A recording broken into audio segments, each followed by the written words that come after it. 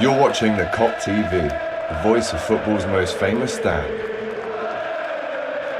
Salah to settle it in front of the Kop. Yes, good morning and welcome back to Hot Kopics on the Kop TV, the voice of football's most famous stand. I promise you that. Right, guys, episode 55. We've come a long way on this podcast. I think James is joining us very shortly, but right now it's myself and the beautiful Mario. And listen, with two great bits of great news last night. We start off with a massive win against Aston Villa. And the second bit of good news, which I need you all right now, I can see you going ham in the comments already before we even got here. Big up to every single person. Before we even get on to the second bit of good news that happened yesterday, I need you to like the video, guys. It doesn't cost you anything. It helps me out. It helps Mario out. It helps James out, Ruby, Doyle, etc. Like this video. And then we can get straight into the good news that you're all waiting for. Big up to everyone over Christmas. I hope you all had a beautiful day on Christmas Day if you celebrate. If you don't, I hope you've had a great couple of days anyway. It's the 27th today. No game until the 30th, Mario. But what a beautiful Christmas present it is that Liverpool last night confirmed the signing of Cody Gakpo. Vamos! Like Argentina fans. Unbelievable, man. Unbelievable. Mario, I don't want to use all of our energy on the Gakpo, so we'll take it very shortly and slowly up until the news. Let me just get through in a couple of comments, right? Ali, very excited here. Gakpo, and we're still going for a midfielder in January. I can't wait. United fans thought they had him. Unlaggy. That's true. Massive shout out to Jen as well. Big supporter of the Kop TV, sending in a beautiful super chat sticker there. Big up to you, Jen. You are now a mod within the Kop TV, so it's beautiful to see you getting involved. Massive shout out to you, Jen. First of many. Bring on Jude. Apparently, we're talking about Amrabat next. We're talking about Enzo. Big up the Kop TV crew. How does Gakpo improve Liverpool? And where will his best position be? These are all questions that we're going to get involved in. I can't read through every single comment because they're flying in right now. But if you want your comment to be read out without question, make sure you do send a super chat in if you can support the channel. It all goes back into the channel. So if you can, do it. Let's actually start off with the performance last night, Mario. You saw the game. You saw the highlights as well. Looking back, were Liverpool maybe a little bit lucky to get away with that win, considering how many big missed chances there were for Villa? Obviously, we missed a lot of chances. Núñez becomes the player to miss the most clear-cut chances ever in a Premier League game, but then still gets man of the match. But let's look at the Villa side of things. Did they just couldn't put the ball in the back of the net? Yeah, that's absolutely true. So it was important to start in that way. It was important to start with 3 points straight away. First game after 7 weeks. Away game, tough game against Aston Villa. With the new manager, Emery is, probably that was the first game for him in the Premier League. I'm not pretty sure. He's managed Arsenal before, hasn't he? Yeah, he was a manager of Arsenal, Villarreal, and who else? And Paris Saint-Germain, if I'm not wrong. So for me, Emery is a good manager, so I expected a very tough game yesterday. And we start straight away brilliantly with that amazing, unbelievable pass from Trent for Robo. Man, this pass is like, if it's impossible to think that a right back can do a pass like this, because he's not a right back, he's a center midfielder. So straight away 1-0, then 2-0 with Van Dijk, very important goal as well. Probably Van Dijk is a little bit, let's give him a credit for the sign of this fella Gakpo. I don't know. Of course, he's Dutch, and for Van Dijk, he missed 2 seasons ago. He missed Wijnaldum. They were a very good, very close friends. So he's got another fella from the Dutch national team. And then we score, we reached that. They had chances to score, definitely. But, the great teams, but because they play at home, this is normal. They can create 5, 6, 7 opportunities. And we missed too many chances as well. This is the second game in a row that Núñez missed like 3, 4 opportunities. I'm not worried. Let's say straight away, I'm not worried about it, because his work rate hard work rate during the game is just incredible. He never stops to run, man. He's running all the game, pressing the defense. Every opportunity we had yesterday during the game, and Nunes was, he was in the middle of all the situation we had. So for me, he needs just one thing. He needs to work about that. He needs to train hard. Only that. Train hard to when you run like 5 minutes in a row, when you arrive in front of the keeper, you need to be fresh. You need to think and you need to score. This is something that he's got already, but he needs to work about that. He needs to train. So this is the situation. We got the 3 points, and Boxing Day, brother. Yes, and to make it even better, we've got James Redmond on the stream right now. Obviously, podcast, the channel. He's absolutely buzzing, not only with the result last night, but I mean, it surprised everyone, James, because I mean, I was in Qatar with Flex. He was going on about how they're getting Gakpo, this, that, how he's got as many goals and assists in this season as Haaland does in the Premier League. I was getting it all everywhere. And then we go and sign him, and then we're not done here, boys, apparently. And it's not even January yet. Hold that, United. The only thing I've got to say to Flex and all of his fellow Manchester United fans is actually a little quote from a that you might have heard of called J1.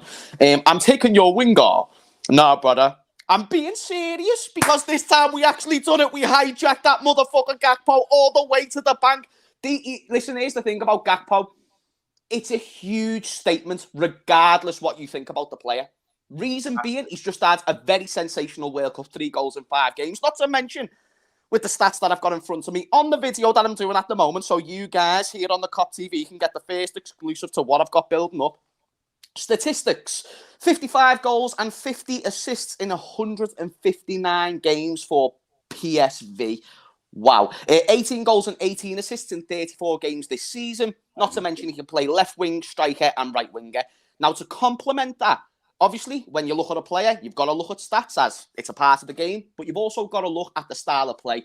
Does he suit us? So the way PSV play, they control possession, they counter-attack, they like set pieces, and they do long balls. Okay? And now let's look at the attributes and the style of play, or the type of player that Gakpo is.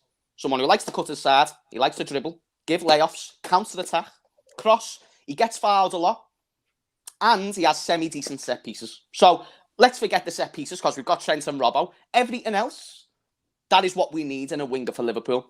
Now, another reason why this is a big statement, only 35 to 45 million is what the fee is being talked about. A very, very good transfer fee for a player so young, 23 years of age. Not to mention a 6-year deal. We've got him till, 2028, 2029? That is a huge statement, especially when you consider he was linked with Chelsea, United and Real Madrid. What big bollocks. Whatever you think about FSG is irrelevant when you consider they went out there, they bought one of the biggest names or the hottest names on the market at the moment and got there before some of the biggest spenders in the world. That shows massive intent to me. It improves the squad depth of the team. I'm looking forward to Gakpo, boys. Absolutely. I just wanted to show you this, guys, and the people back home. David Ornstein, 1 minute ago, tweets a video of Virgil van Dijk speaking about Cody Gakpo's future after the Netherlands beat America. I was at this game on the 3rd of December. The international teammates are now set to partner at club level 2, with Gakpo expected to sign for 5.5 years. The official 13-hour ago tweet here, you can see 40 to 50 million. United, Chelsea, we're all wanting him. It's Liverpool out of nowhere that have just come in. RKO out of nowhere, motherfuckers. Bam! I can't believe that news. It's unbelievable. And you know what?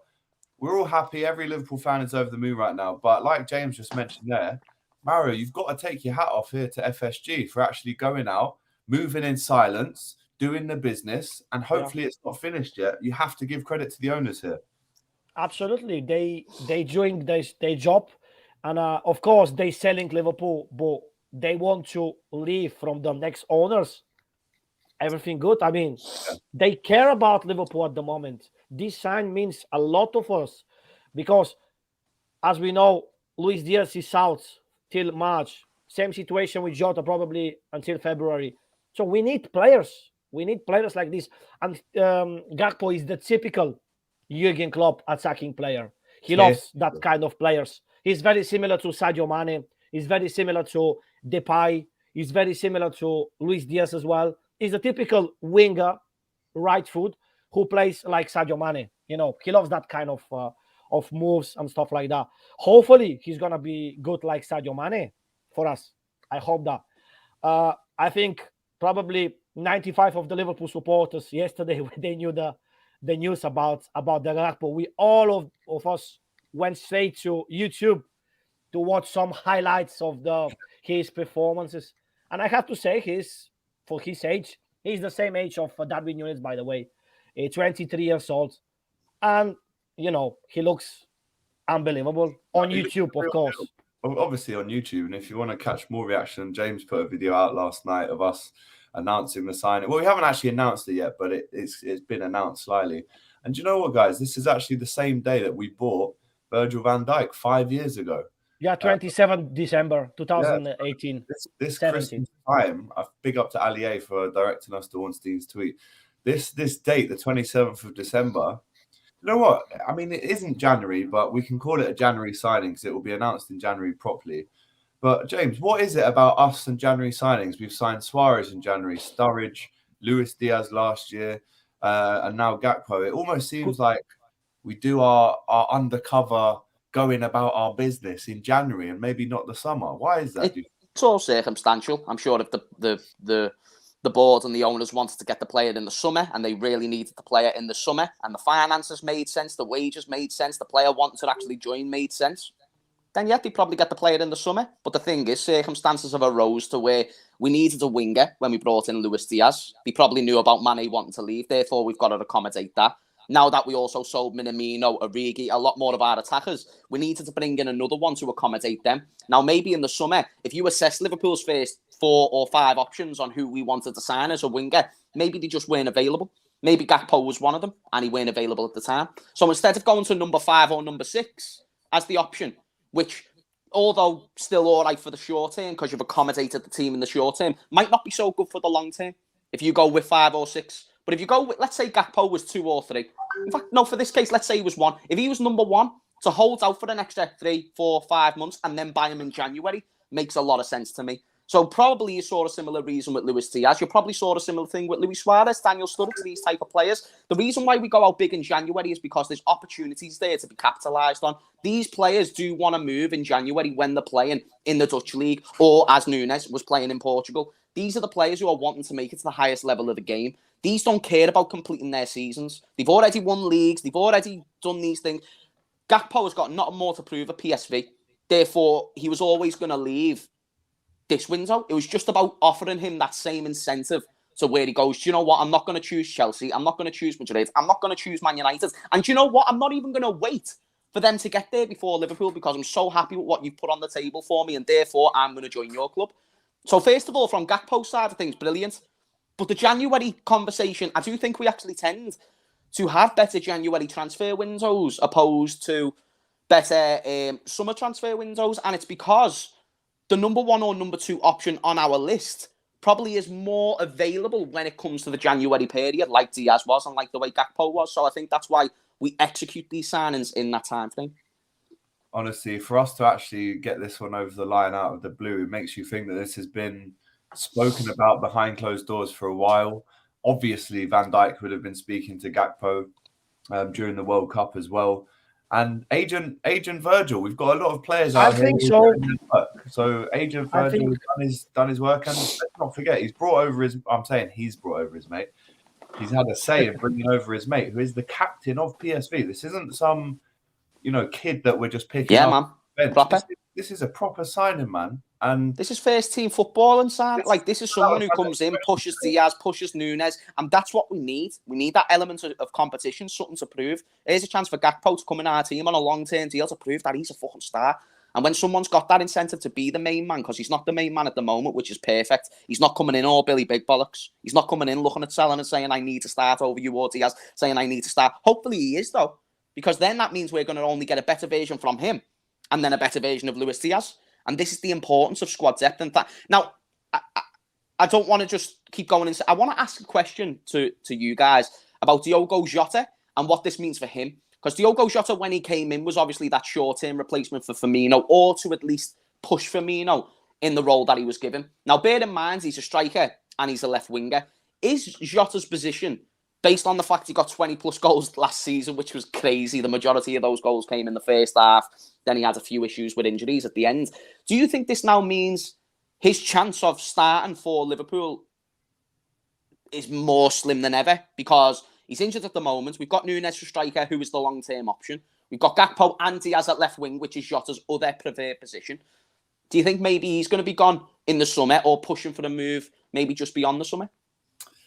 I don't know. I think we've managed to keep 6 forward players happy in the past. When you look at maybe the title-winning season, the lads like Minamino, Origi didn't play a lot, but they were absolutely buzzing to be in and around the camp. I don't think it's naturally a straight swap between Jota and Gakpo. I think it's more of a Klopp signing, which means that you can play across the 3. If you're injured, Jota will go there. And I think Klopp knows how to transition all these players just about enough to keep them all happy. I mean, he is a kind of manager that surprises people with the name on the team sheet quite a lot. For instance, I mean, not many people would have thought that the Ox would play last night. So he will throw Gakpo in. And if it is over a Jota, if it is over a Firmino, don't be surprised, because he's putting all of his trust into this kid to really be that next guy. He's the most exciting young player in Europe without question in terms of numbers. So he deserves to start. He deserves to get his chance. But I think Klopp, I mean, it's different. When we had someone like Rafa Benitez, for example, let me give you this example. In 06-07, we had Dirk Kuyt, Robbie Fowler, Craig Bellamy, and Peter Crouch up front. 4 strikers. It got to a stage where the season after, Crouch wasn't happy. We bought Torres. Bellamy went. Kuyt stayed and did the kind of workhorse attitude thing of, I'll play anywhere, boss.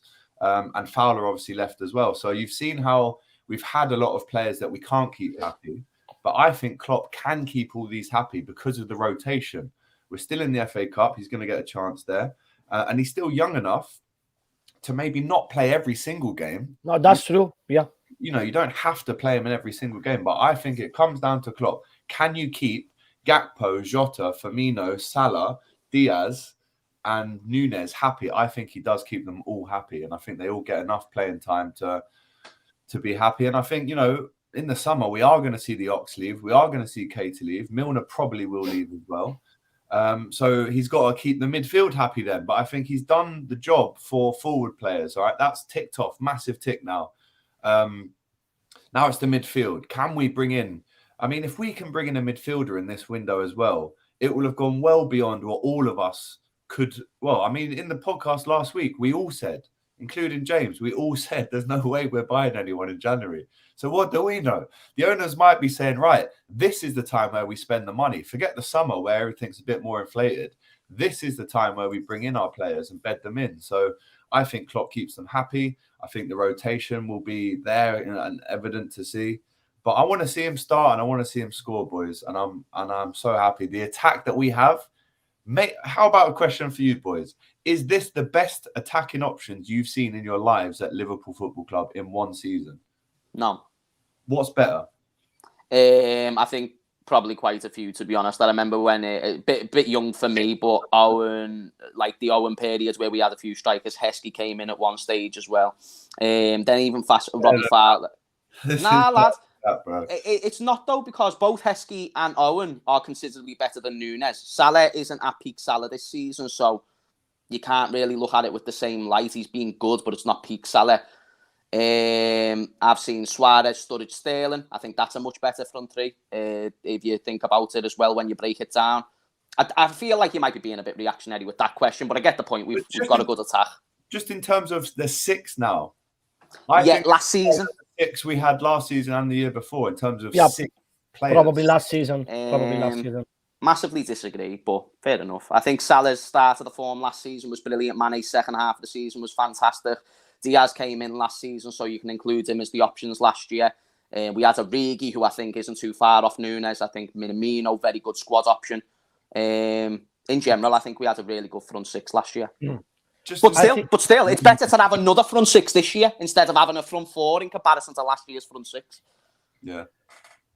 I think the sign of Gakpo is very important of the motivational point of view as well, because we saw like in the couple of years, players like Firmino, they need a motivation. They need to be like, I've got Jota on my back. If I'm not doing well, I'm not gonna play for the next 6 games, something like that. So Gakpo is the perfect player to give fear to the players, to the rest. When Firmino, for example, or wherever, or Luis Diaz, of course not Mohamed Salah, because Mohamed Salah is the king. He can't play even 5 games badly. No one gonna touch him. But in terms of, I'm gonna play 2 games badly, I'm not giving my contribution to the team. So I've got straight away in the bench Gakpo or Luis Diaz or something like that. So from this point of view, the sign of Gakpo is unbelievable for me, because we need this kind of rotation. We're gonna play for the Champions League, for the FA Cup, and the Premier League as well. So it's very important to rotate the players for me. It's very, very, very important. One question for you both. So when this finally does get announced, there's not many squad numbers about, right? I can think of the number 10 is there. It's free because Mane left it. I'm quite a geek like that. I like to maybe predict squad numbers. He was number 8 at PSV. We've obviously got Keita there, number 8 at the minute. What number do you think he gets? Because, I mean, 23's gone. Luis Diaz has that number. Have we got a 14? Henderson, obviously. How could I? His book right there behind me. Big up. I don't know, guys. What number do you think? Let's start to 22, 20, something like height number. Then you show your quality on the pitch. You show that you really deserve to play for Liverpool, and then you get number 8 or number 10. I think we keeping number 10 for Jude Bellingham. Ooh. Yes, and next season probably Keita is going. Luis Diaz is gonna get number 7 because of Minel is going as well. Number 8 for Gakpo and number 10 for Bellingham. That's it. So James, people saying 18 there. There's a 16 that's free. 10 is available. 18 for now. 8 later. Good shouts. What do you reckon? Don't care. Just score goals. Just play games and play well, please. I couldn't give 2 shiny shites if he's number 10, number 25 or whatever. Couldn't care. Old school, like James, you look so serious tonight, lad. What's happened? Because we've got a serious season ahead of us, Mario, so we've got to make sure that we're not putting all of our energy into but we have to be happy as well. We won yesterday. Smile, lad, smile. I've smiled. I literally came out and attacked Man United fans. It's just when you're talking about kit numbers is when I'll resign from the conversation. Well, let's talk about United, right? Because this is the 4th player I can think of after Thiago, Fabinho, and Nunes that they thought they were going to get. Thiago, Fabinho, and Nunes, yes. Yeah, because like Jay, I saw Flex do a tweet saying, should we be really embarrassed that we've let this one slip through the net, or have we got bigger and better things to look at? If you're a United fan, like let's do one of those Liverpool fans act to United fans being in the mud because they didn't get Gakpo. How do you feel if you're a United fan right now? Try and imagine it if you can. Okay, so yeah, let's look at it from Liverpool fan. They take our player that we were looking to sign. Yeah, I wouldn't be. I mean, say if someone goes and gets Jude Bellingham above us, I'd be devils because we've been the team that's been linked with Jude Bellingham heavily amount. Gakpo has kind of been that player for Man United, so I suppose there's an element of being upset, but I feel like the true sadness or disappointment comes after the January transfer window. Because if they finish that window without signing someone better than Gakpo, then yeah, it is disappointing that you've missed out on him. And to get someone better than Gakpo for the value for money, the contract, the wages, the numbers, the all-round play, I think they're going to find it tough to bring in someone better. So I am very comfortable in saying that they're going to end up by the end of the January transfer window not liking this. I agree, James. Transfer.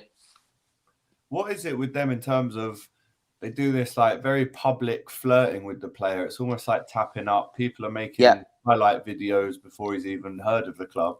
I mean, are they doing it wrong? Do you? Because from me, from our point of view, and from you guys as well, out of nowhere we've just gone, but we'll have him. Signed, sealed, delivered. Bosh. And we've done the same with Diaz as well. Diaz was another player that we just swooped with.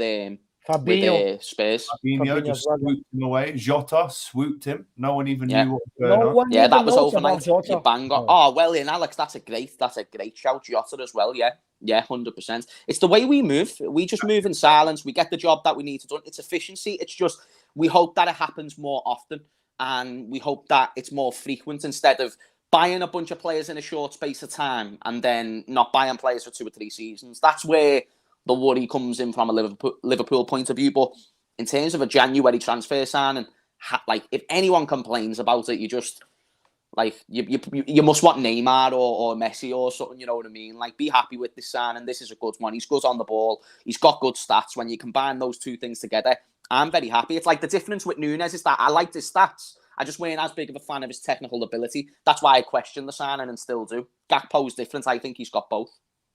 Look at this, man. Choupo-Moting is there for Man United. They're probably going to buy some shite player after this. A Gallo 2.0, lad, you know what I mean? With the Choupo-Moting. A Choupo-Moting. Literally the transfer ninjas right now. Big up Chega in the comments. Everyone needs to relax, though. Like, give FSG praise on this situation. Be careful giving them praise overall. Just on the premise that we don't know if we're going to go out and buy another midfielder, which I'm sure we will.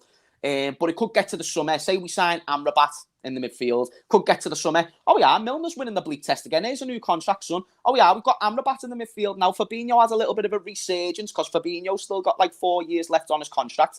Thiago played a few more minutes, this, that and the other. There's no guarantee that we're going to go out there and really keep enforcing these big transfers. So we have got to be cautious. I do still think we'll add a midfielder. I'm definitely more confident now that we signed Gakpo before the window starts. All remains to be seen. Let's not to forget. Sorry, Mario. You're coming up next. Big up to every single person in the chat right now. 201 people watching this shit right now on the 27th. It's been a great day, not only this year, but years gone by for Liverpool. So make sure you smash that likes, smash the comments as well, and subscribe to James Redmond and the Kop TV if you haven't already. Talk to me about when he plays, what position we put him in, Mario, because obviously we've got Leicester on the 30th. I don't think he'll play in December, but looking forward, Brentford away on the 2nd, and then we go into Chelsea. We've got a few difficult games there. When does he get his debut for Liverpool? So he's going to be officially a Liverpool player from 1st of January 2023. Yep. So he can play against Leicester, of course. But he can play against Brentford, then Chelsea. We've got Wolverhampton as well in FA Cup. So we've got plenty of games for the all attacking players. So I think he's gonna play against Brentford. He's gonna debut that game, and he's the typical. I said already. He's the typical winger that Klopp loves. That kind of players. So he's left, right foot. He can play as a center forward as well. He can play on the right. You know, it's very similar to Sadio Mane, man. It's very similar to Sadio Mane. I can say nothing apart of, YouTube highlights about him because I watched the game against Netherlands against USA in the World Cup, and he scored a brace. He scored 2 goals that game. I say, oh, this is good player, stuff like that. But, I never think that probably we're going to buy him because, how many speculation during the World Cup, people talking and Amrabat and stuff like that. So I want to see something official like yesterday. PSG giving a stats that it's official. It's Liverpool player. But still, we need to wait for the website because I remember with Fekir, it's happened something like that. Nah, he is right. It happened very similar. So yeah, he was a 99.9% a Liverpool player. Then something happened. No one knows what's happened. And then he didn't come anymore to Liverpool. So let's wait the Liverpool official site. When they say that it's official, Mario, it's official. Mario, it's done. Don't worry, son. Yeah, no, absolutely. But with Fekir, for me, after Fekir, I've got kind of, a fear with the players. Been hurt before, man. Exactly. Until it's not official in the website, I believe, but I not believe as well. You're not getting a better source than me, Mario. Don't you worry, son. It's done. It's done. You think get making your Gakpo tunes. Yeah. Get down to the club shop and get that Gakpo and then go back to get his number when that's confirmed. Mario's going to get another shirt, isn't he? No. I don't like players' shirts. Probably the next one is Bellingham. I'll join you in the club shop for that one. Do you think Liverpool because they deleted that tweet, by the way, right? So do you think Liverpool? So PSV deleted that tweet. Oh shit! By everyone else, but do you think that Liverpool didn't really? Do you think they told them, "Yo, take that down. Let us announce it"? Yeah, maybe. Also, Liverpool might. I think the way Liverpool have saw it is exactly from that, like, we want the like, so fuck off type thing. But I think the thinking behind it is, all right, you take that down, we'll announce it in our own time. That's all it is. And also, like, they might have worded it in a way like, oh yeah, by the way, we still need to do the medicals, or we still need to do this. Like, just take that down just in case. Like Mario said, Nabil Fekir 2.0 happens. But listen, I think with that, there's a reason to have that 1% worry. I just think that was such a out there, crazy situation that I'd be very surprised if I saw that happen again in my lifetime, where the player's sitting down, Liverpool kit on, doing an interview for LFC TV, and then he's not a player no more. I think that would be mad if that happens again. But I'm pretty confident that this one is done, will continue to be done. And hopefully we just see him play against Brentford. Well, they delete the post. What? So they put it back up, but then so they put it up. So they did put it up, take it down, put it up. Basically, yeah. Which goes against what Liverpool probably which is no sense, you know. Yeah, exactly. Either way, the transfer is done. This is just Twitter and admins and shit. Whoever Stefan, the admin for PSV is, who cares? Who cares? Just fuck him. Fuck Stefan and fuck PSV. We've got your player, thank you. Do you think that? Fair enough. I mean, they were very quick off the mark to say it when maybe. Hey, listen, it's a likes and views game. Twitter's got views now, my G. So we need to. We're all in this together. It is, but PSV, they've lost their captain, their best player. They are a selling team. Unfortunately for them, that's not an insult. But Xavi Simons will probably be leaving there when he comes off his loan as well. There's so many teams like it: the Portos, the Sporting Lisbons, the Benficas, a lot of Portuguese ones, to be honest. But they sell. I love the teams we buy from. I think they're very well produced teams. So they've all got decent youth academies. Southampton, Benfica. We've been linked with more of their players now. Now fast forward to Gakpo, like. A lot of these players that we do tend to sign come from very impressive backgrounds in terms of the clubs that they're at. And it might, and people will say, oh, it's only PSV in the Dutch league. But still, he's played in Holland for the majority of his lifetime. That's a really good, systematic way of bringing up football, a systematic place for bringing up footballers. The Dutch are so keen on bringing in high-class footballers and enforcing the technical ability, the style of play, the press and the hard work, all these things combine to create a really good footballer. Is what Gakpo is being used to. This is a player who grew up through the Netherlands rankings in terms of all the youth teams, came into the first team, probably had the biggest impact in the World Cup out of all these players. Listen, we've got ourselves a very, very decent player. And to be honest, I'm always kind of like careful when people compare people to Sadio Mane, just because of how good Mane was. I think stylistically to compare Gakpo to Mane is not a bad thing to do, and therefore time will tell if he can get to that level. I agree, therefore. I just can't wait to see this kid balling at Anfield, man. It's going to feel like that. Tell me. When Diaz first came on the pitch, I just think he's a special talent. And not just because of what's happened this season, but when you look at the numbers, the fact that he's already a leader, he's a captain at such a young age. Let's not forget, Gerrard was the captain at 23. He's been the captain of his hometown club. But Alex, sorry if I interrupt you. Let's mention as well when we bought Mamadou Sakho in 2013, he was the Paris Saint-Germain captain and he was 23, same age. And but being the captain of a football team doesn't mean nothing. He was but Mario, it's a factor. It's a factor. It's like, if you go off, I don't know, like name a player in recent times who's had one good season and then they never had another good season and they never improved on that. You know what I mean? There we go. So you use him as an example and you say, right, this season he got X amount of goals and then never replicated it. So then I could say to you, well, Núñez only got 20-odd goals last season. So therefore, he's not going to do it for Liverpool. Therefore, which I have said before, therefore, it's not going to work out type thing, because of that one example. I think it helps. It does. You're right. Being a captain doesn't mean, all right, guaranteed successful leader. That's what I'm saying, exactly. That's fair. But it is a factor when you include stats, when you include the prestige of the club that he's coming from. And it doesn't... hinder him as a player by being the captain of the team. So it's just an added nice little bonus. It's like if you buy a new product like an Xbox One X, you'll notice that it's got a few extra little perks in comparison to the normal Xbox One. And that's really good because it's an improved version. So we're just finding out these new little pieces of information that makes the signing a little bit nicer. It's just like a new toy for Christmas. Speaking of new toys for Christmas, first of all, I hope you had a good Christmas. Boys, are we forgetting about Luis Diaz? A comment that I had that's going to be uploaded on the Redmond Roundup in a couple of hours that I'll read out for you guys. So a little sneak peek from SWAT. It says, this guy, Gakpo, will unlock Nunes. His crosses are straight up nasty from the left-hand side, also runs at defenders, and is very rapid and strong on the ball. The last sentence he said was Gakpo on the left, Nunes striker, and Salah down the right. Now, what was interesting from SWAT's comment was the fact that Gakpo on the left, Nunes in the middle, Salah on the right. I don't mind that trio. But are we forgetting about Luis Diaz? Now, I don't know if SWAT has taken into consideration Diaz being out at the moment. Maybe that's so. Maybe he has, yeah. But if Gakpo comes in, smashes it, then what's the score with Luis Diaz?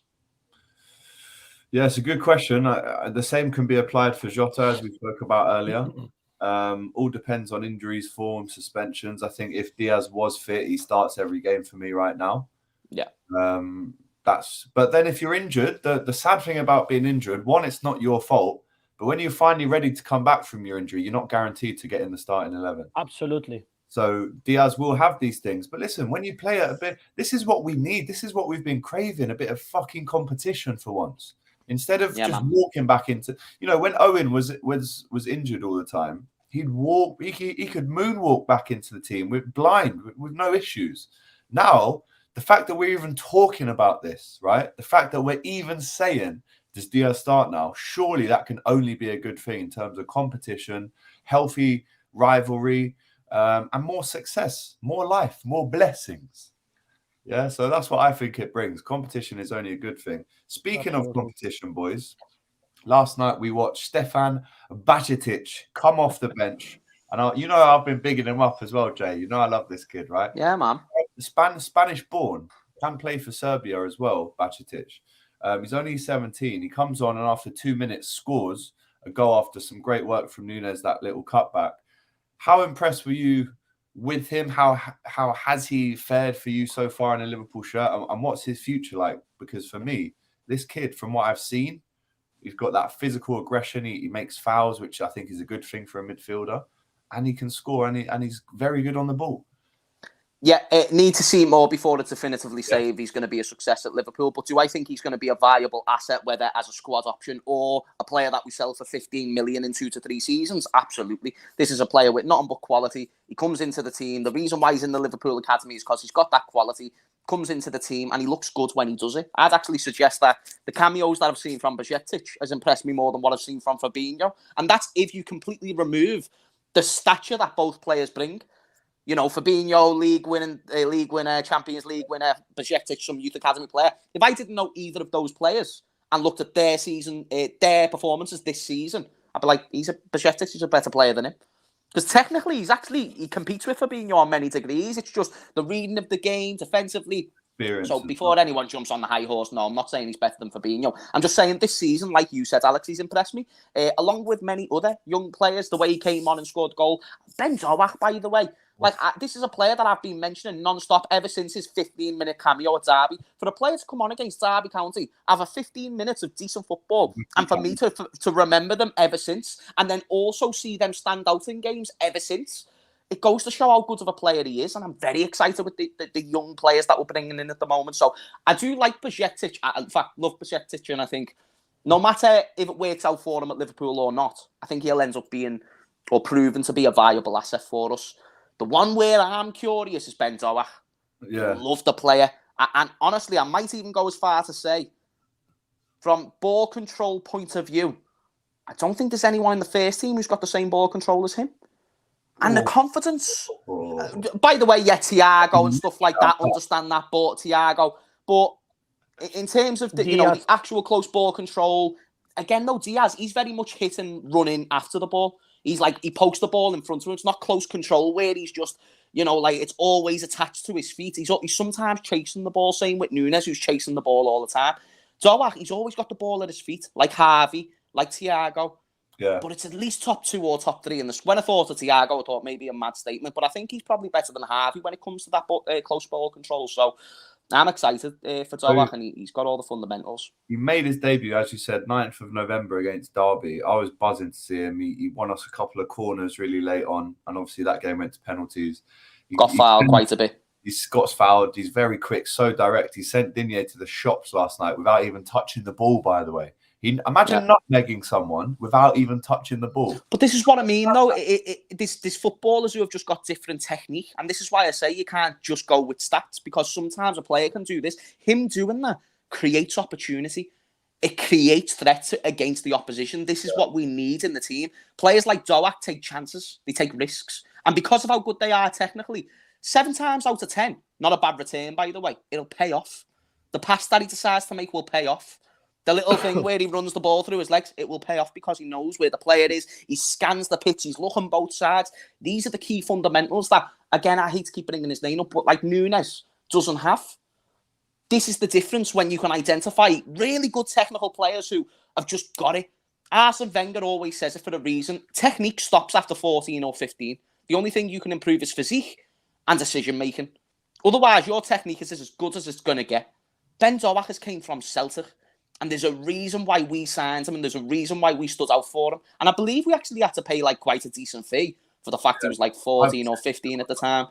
Yeah, it was like a decent amount of money for a youngster who barely played for Celtic as well, by the way. He just was great for their youth academy.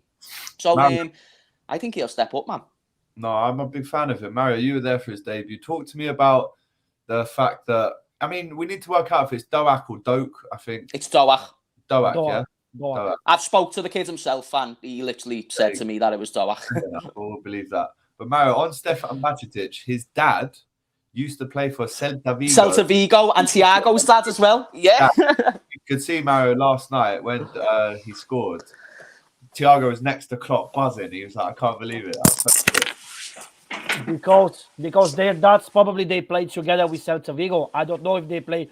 Actually, the Thiago Alcantara, that is Maddison. He's very famous Brazilian player. He played the World Cup 1994 as well. He played for Celta Vigo. He played against Liverpool in the UEFA Cup 1998-99 when we lost 2-0 at Anfield or something like that. I don't remember the result. So, yeah, I saw when he scored yesterday and the camera just spot on Klopp and Thiago Alcantara. He was more happy than Klopp about that goal because he knows that fella is a very, very good prospect for the future. Actually, he's 18 years old and 60 days today.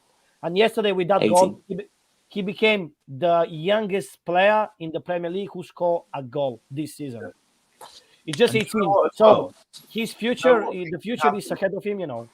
About his future, right? When you're talking about, right, I'm an 18-year-old kid. I've got a bit of Spanish in me. I can play for Serbia. I've got decisions to make, important decisions about where my future lies internationally. Have I got a person putting their arm around me that really can show me the ways? Yes, you have. It's Thiago Alcantara. Oh, my God. This kid has got almost the best technician in front of him, teaching him, showing him, leading him how to play the game, right? I don't think, and you can argue with me in the comments if you want, I don't think there's a better midfielder at Liverpool to put his arm around Stefan Bajcetic and say, hey, you're going to be very good. You are. It's Thiago, bro. Well, yeah, let's look at Thiago and what he epitomizes. He epitomizes hard work. He epitomizes passion. And he epitomizes the art in football. People forget that football is an art. It was created off the premise that it's an art. You know, mixed martial arts, it's an art. So therefore, you're not just going in to try and wrestle your opponents and sit on your opponent, because that doesn't include the art. It doesn't include all the spinning elbows, which again is art. So in football, people can just identify it as skill moves and this, that, and the other. These are moments in art, and it's like the video on Pele, where it's like Pele did it first. So therefore, people who say Pele's the GOAT, they can actually have a logistical argument. Thiago has all of these fundamentals on the ball and off the ball. Not to mention he gets stuck in as well. So the mentality's there. This is the final thing, most important thing. He's achieved everything in the fucking game. He's played with the who's of any midfield that you could ever fucking find. Iniestas, Xavis. Then you fast forward to fucking Bayern Munich when they had a bunch of midfielders on steroids. You feel me? Busquets, like he has played with the who's of this footballing world, and now Bajcetic is under his tutelage. His dad played. Their dads played for the same team, so you can imagine that there's a little link there as well. I think this is beautiful for Bajcetic, and also adds to the value that Thiago brings. Even if he's not playing, just having that face is very important in itself. So yeah, I think you're right there. I think he's going to be a massive teacher, if you will. Teacher, el profesor. El profesor. Hortensia says, now we need United to bid for Enzo Fernandez. And great shout. You know, imagine if he's on that. That'd be a very good return. Messed up. Look at this though, right? Liverpool have intensified their contacts in order to close the signing of Enzo Fernandez. A goodbye to Benfica is increasingly possible. We don't know this. Obviously, there's been chats, right? But who knows what's coming next, boys? This is the beautiful thing around Liverpool at the minute is we can do all these podcasts saying we don't know who we're going to sign. We don't think we're going to sign anyone. And then out of nowhere, a little cheeky RKO, Bosh, hold that, you've got a new winger. Bosh, new midfielder. And that's worth it because you spend all this time waiting, and then it comes, and then it's like even when you get one moment in a game that was shit, but then you leave the game and think, wow, I'm going to remember that game for the rest of my life because of that one moment. It's like, it's the same with transfers. The discussion part is the most exciting part, and now that we've got it done. But guys, if you go for Enzo Fernandez, seriously, this is just speculation people talking about. If we seriously go for Enzo Fernandez, let's forget about Jude then. And I don't think we're gonna buy both of them. We 100% not gonna buy probably one of them, but not both of them. So if we go for Enzo, that means we're not going anymore for Jude. And me, I'm okay with that. Really priority is Jude Bellingham. That's all. I think we need to just relax on Jude Bellingham, and that's it. We need to we've got to emphasise that Jude Bellingham is the bigger name, but there's things that Enzo Fernandez that can do that Jude simply can't. Honestly, simply can't do it. Like from a technique. No, it's true, Mario. No. I'm not saying Enzo's better. No, yes.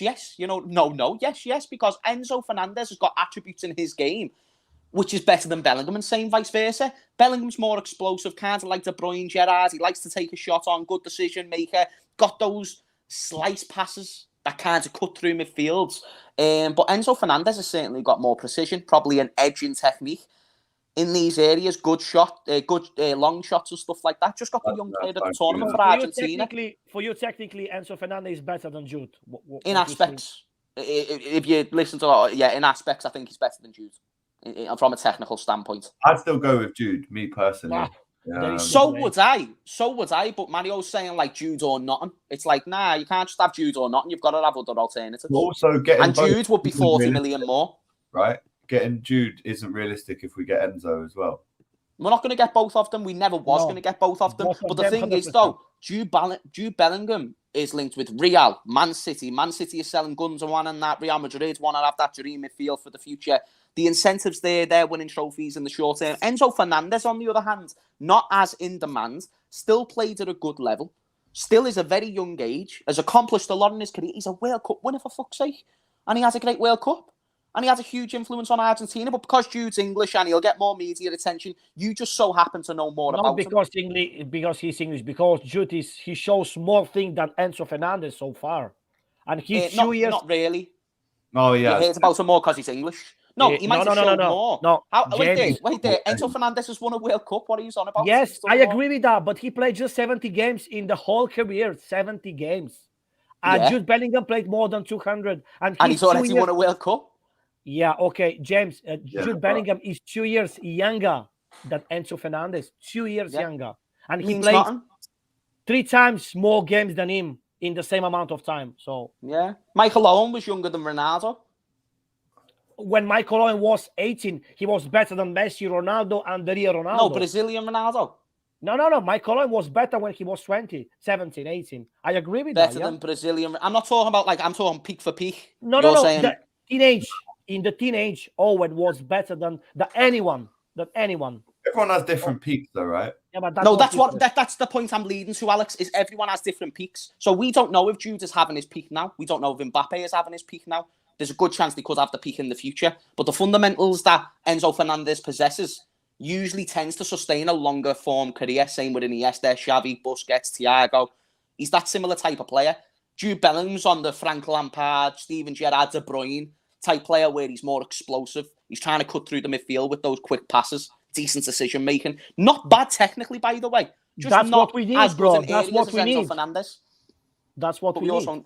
we also need more than just Jude. If we get Jude and that's it. Say Jude is 130 million and Enzo Fernandez is 80. I'm not going to lie, I would not mind exercising the thought of Enzo Fernandez for 80 opposed to 130 for Jude. Because that's 40 million that can then be contributed to very much needed additional midfielders like Amrabat, like such and such, like such, whoever you want to get. But Because Enzo if we get Fernandez Jude, is more expensive than 80 million, bro. maybe so, but Jude It's Bellingham is 100 more than expensive. 100. But Yeah. but then Jude Bellingham is more expensive than Enzo Fernandez, which limits the potential to add other options, which we No, so that's need. true. It's more expensive than Enzo Fernandez. That's true. By the way, if you're wondering today why we aren't in the studio, Jacob, who works at the studio, who owns this Liverpool. Big up to Jacob.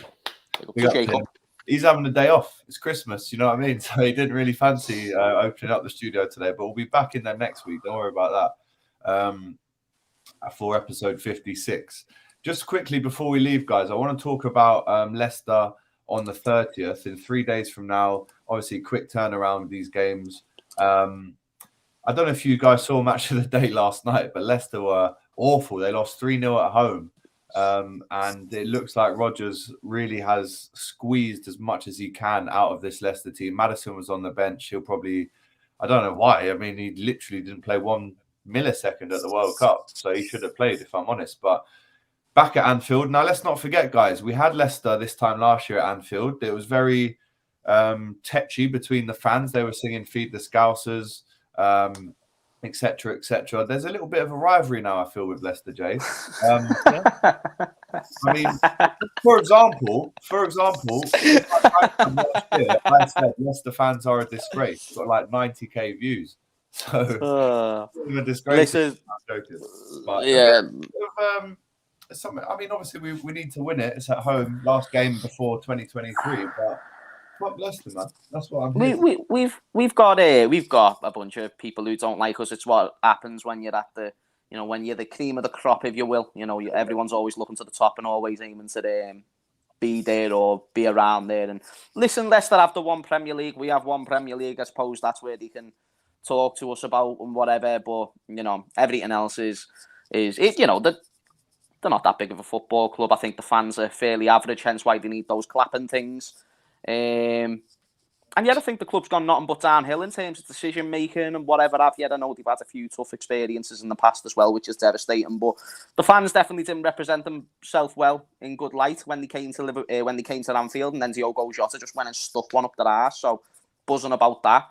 And yet it's definitely not a rivalry. Even if they go and win the game against us, it's never ever say Leicester City and the R word in the same sentence with us, because it's just it couldn't be further from the truth. If they win, it's a fluke win. If whatever happens, but it's I weren't a big fan of the fans the last time. You make a good point, came to Anfield. You make a good point in the way that the decision making at Leicester has been poor. If you actually look at what they've achieved with the owner, obviously horribly passed away so unfairly, which devastating. Respects about, of course, but they for me, they were about to break into the Big Six, and then I don't know what happened. You said decision making, maybe that's part of it. I really do feel like they were about to become something a lot bigger than they thought they could be once they won the FA Cup, once they won the Charity Shield, maybe even before that, after they won the league. You're waiting for them to kick on again. One of the most incredible academies in the Premier League. The training facilities are unbelievable. They've invested so much. What's happened to them, man? Because they were just about to get in that. It's injuries, innit? It's injuries. Yeah. The difference of the injuries that they got in the previous 2 or 3 seasons when they were competing for Europe, not last season, but the seasons before that. I think one thing that was seen is that, those injuries towards the end of the season just fucked it. I mean, people are saying Rodgers happened. I massively disagree, because he did have loads of injuries, not the greatest amount of resources, and he won them an FA Cup and Community Shield. Come on, that's really impressive. I think the biggest problem with them was the injuries, in all honesty. But again, I'm happy it's happening to them because I don't know, like I didn't mind Leicester fans before the last game, but and I understand it's not going to be all of them, but just a proper sour taste in my mouth now to at least a good portion of that fan base based on what I've seen last time. So I'm happy that their club's falling apart. They're a tiny club anyway.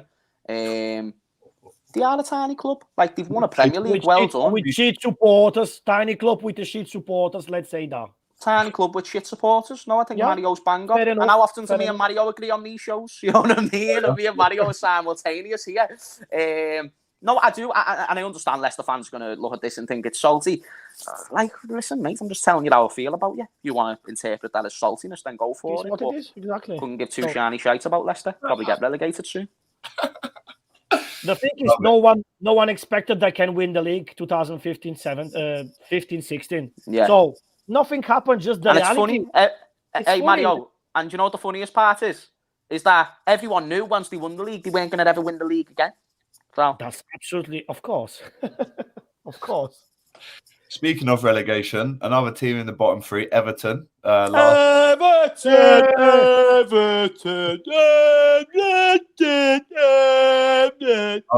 Obviously, you know that Jack is an Everton fan. I was with him last night, and I went, "What happened to you, lot, lad?" He went, "Fuck off, lads." I love Jack. I mean, there was a lot of booing. So I didn't watch the full game, but what happened was it was 1-1. Apparently the defence for Everton were just knocking it about. They were like trying to hold on for a draw at home. Yeah? So they were like knocking it about down time.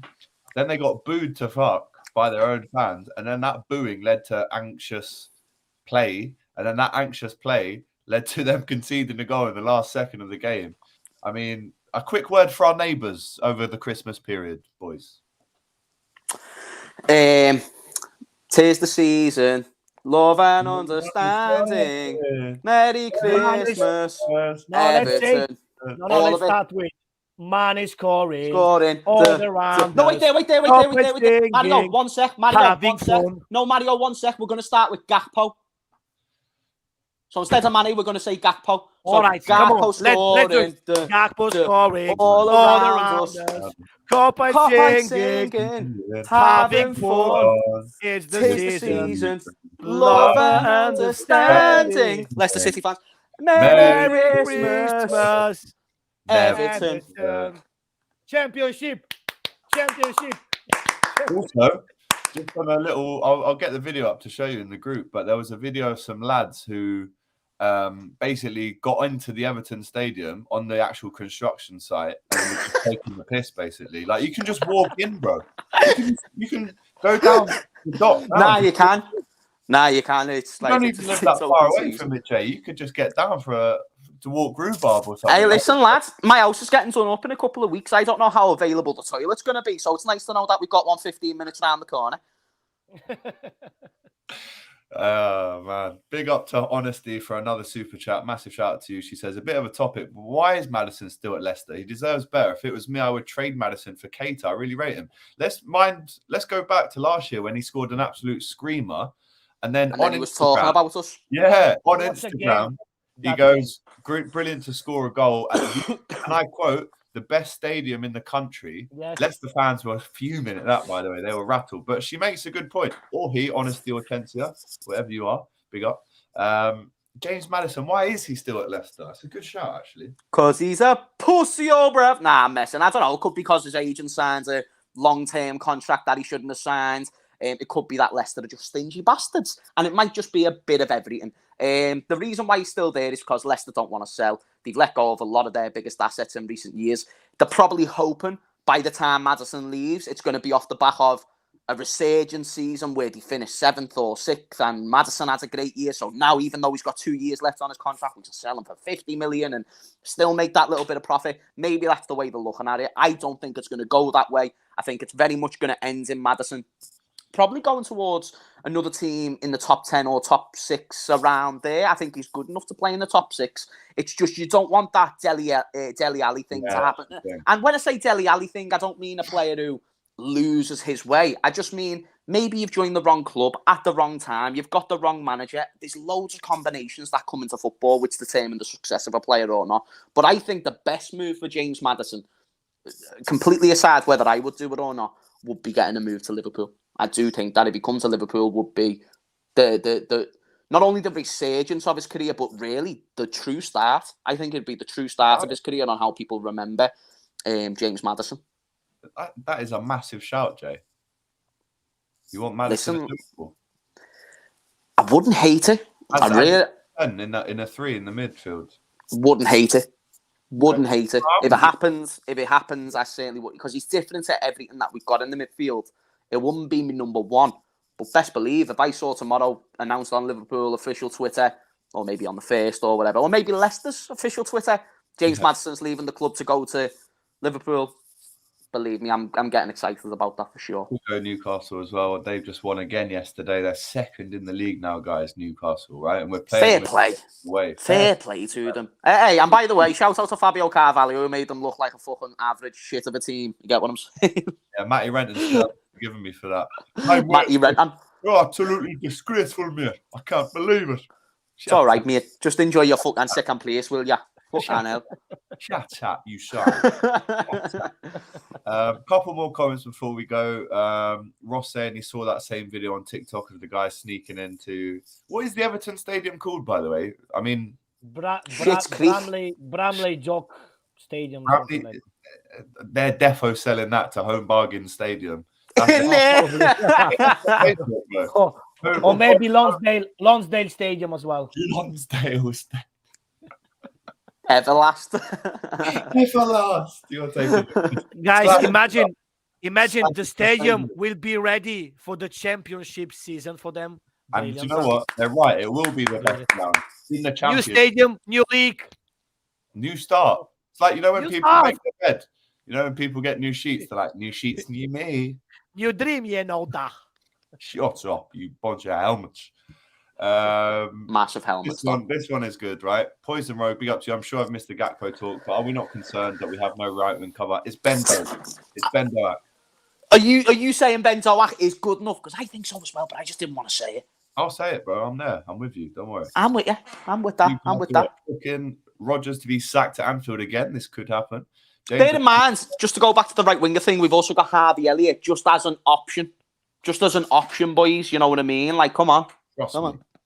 I hope Everton go down with Cody, the B&M Arena, the B&M Stadium. These are all names that could work for Everton's new ground. If it even gets... B&M Arena! B&M Stadium is nice. B&M Stadium. Yeah, there you go. Right, well, guys, what a podcast that has been. We've covered a lot. The Primark pitch. Again, with what? Primark pitch. The Poundland something or other, I don't know. The Poundland Park. Big up to Andico, the Audi Arena. That's the bell to that one. Oh, this is a quality show, mate. Right? If you just joined us, go back and watch the full hour. We've spoken about the Villa game last night. We've spoken about Nunes. We've obviously spoken about Cody Gakpo. You're lucky I weren't here for the Nunes chat either, so it's not but praise for Nunes from Mario's point of view. It's only me, Fabinho and Van Dijk looked way better yesterday. Van Dijk wasn't aura defending, and that Trent assist before the assist was majestic. A big up to Robbo. Right? Just before we go, I know I keep saying it. Robbo, right? The most assists of all time for any defender in the Premier League. Big up to Robbo. Big up to Robbo. I saw... In fact, Mario, you were there. We saw Leighton Baines. Together. We saw Leighton Baines. Where was it? Bow Street Coffee, right? We saw Leighton Baines in there. Now, I never went over and said hello, and I never bothered him for the picture because it looks like he's politely sitting there. I said hello to him. Actually. Mario said hello. I didn't. But if I was to have had an interaction with Leighton Baines that day, I'd just simply say to him, how does it feel to be the second best left-back that Merseyside has ever seen? And then second of all, how do you feel about being alive to witness the greatest left-back that Merseyside has ever seen in Andrew Robertson? And what I am sure he would have responded to me with that question, by the way, is it was an absolute honour to have the career that I had. And it's even more of an honour to go on and see what Robbo has gone achieved, winning Champions Leagues and Premier Leagues. I wish I could have done it like him. I don't think there's any arguments there, to be honest. I think what you said, it's not only true, it's factual. You know, And shout out to Leighton Baines. Big Being up. the second greatest left back in Merseyside history is a very good thing, by the way. Yeah, just second to Absolutely. Jimmy Traore, 100%. I think that's very right. Big up, massive shout out to Mario and James taking the time out over the Christmas period. Mario, I'm not sure if James will be at the game on Friday, but Mario will definitely be there. Fan camming it up. Looking forward to seeing that. Yeah, we'll probably do a preview as well for the Villa game. But this has been Hot Kopics episode 55. Massive shout out to the firm. Big up to every single person involved. This could have been, in fact, our most watched show on live, right? So I'm buzzing about that. Boys, any last words? Gakpo's boss, Liverpool's boss, you are all boss. That Of was the nice. fucking Mario. Reds. Of Of the fucking Reds. Happy Christmas. If we don't see you before, have a great new year as well. You've been brilliant to us this year. Thank you so much for rocking with us. Take care. Thanks for watching the video, guys. Remember to like, comment, and subscribe to the Kop TV, the voice of football's most famous stands, for a lot more Liverpool content. Remember to check out our Shopify store for this beauty and much more. It's the new Luchito's Way Diaz t-shirt based on Luis Diaz and Carlito's Way. It's out now, designed by Rubi. And there's going to be so many more. There is. Make sure you're involved. Go and buy this now and use the Kop TV 15 for a little